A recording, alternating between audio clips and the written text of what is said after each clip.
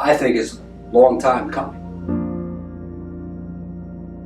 There has to be a conversation dealing with what's happening as far as race relations.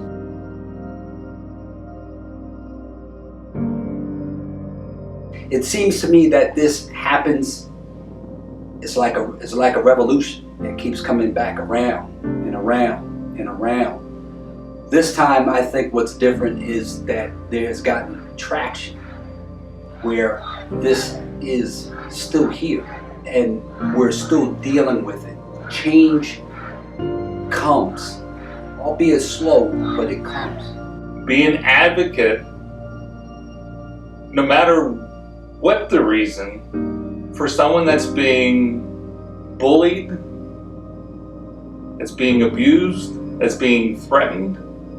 That's where, as a member of the community and the community support, to step up. Sometimes it's as simple as standing up next to that person during a time of need.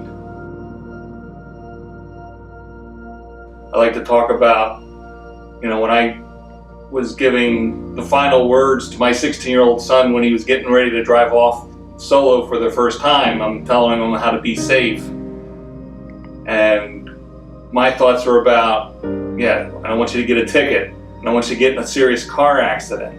I'm not thinking about a fatal encounter with a police officer. It's just something that didn't cross my mind when my son was 16. As a child, I can recall racism. Now, as a child, I wasn't intelligent enough to know the nuances of racism, but being called the N-word, that was my trip.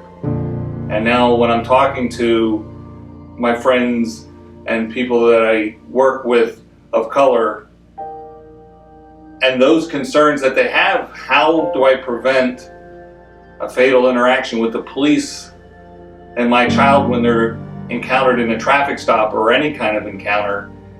I mean, that's very concerning, and it's very depressing.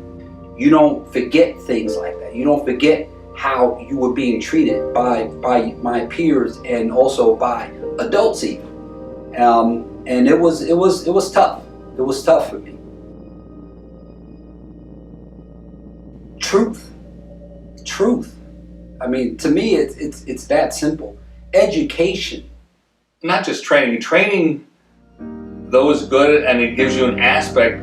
I don't think that training without conversation with the people that should be sensitive to needs to occur. That exchange of ideas, it's one thing to read it out of a textbook or in a PowerPoint. It's another thing to talk to the students that are experiencing life through a different lens than we are.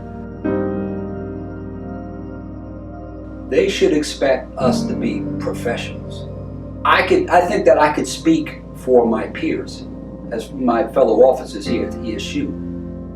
The fact that we're up in age, we consider these kids as our own kids. And we were just talking about my height. At 6'3", that's quite an imposing figure that's standing up next to you. And then if you add a badge and a uniform, I would much rather step up with our students in support and create that environment that we're all looking for. So we take what we do very serious. And all we want to do is provide a safe environment for them to do what they are supposed to do. I am committed for our police department to service our students and create a productive and safe work environment. If we're failing in that mission, I need to know about it. You need to call me. That complaint can be for something as simple as rudeness. If an officer said or did something a little rude, you think it was unprofessional, give me a call. Give the shift supervisor a call. We're always accessible, right? Whether walking patrols, obviously in the patrol cars, we have open doors here where they can still come in here. So we want them to engage us and for any reason. I mean, we're here to help. But we need to have this dialogue to